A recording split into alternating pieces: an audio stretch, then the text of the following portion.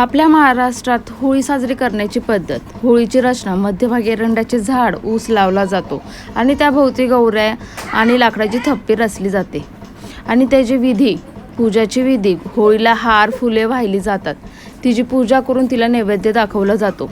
पुरणपोळीचा नैवेद्य. महाराष्ट्रात होळीच्या दिवशी घराघरात पुरणपोळी बनवली जाते आणि नैवेद्य देखील अर्पण केला जातो.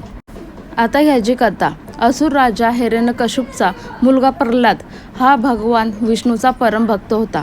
हे हिरण्यकशिपू मान्य नव्हते, म्हणून त्याने आपली बहीण होलिका हिला प्रल्हादला घेऊन अग्नीत बसण्यास सांगितले.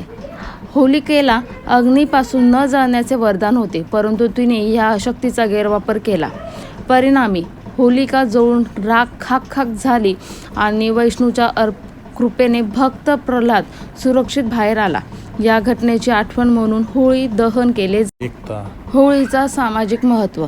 आपल्या मनातील वाईट विचार, अहंकार आणि मत्सर या अग्नीत जाळून टाकले जाते. हिवाळा संपूर्ण उन्हाळा सुरू होत असताना वातावरणातील जंतूंचा नाश करण्यासाठी होळीचा अग्नी मदत करतो हेच मानले जाते. समाजातील सर्व लोक एकत्र येऊन हा सण साजरा करतात, त्यामुळे सामाजिक सलोखा वाढतो.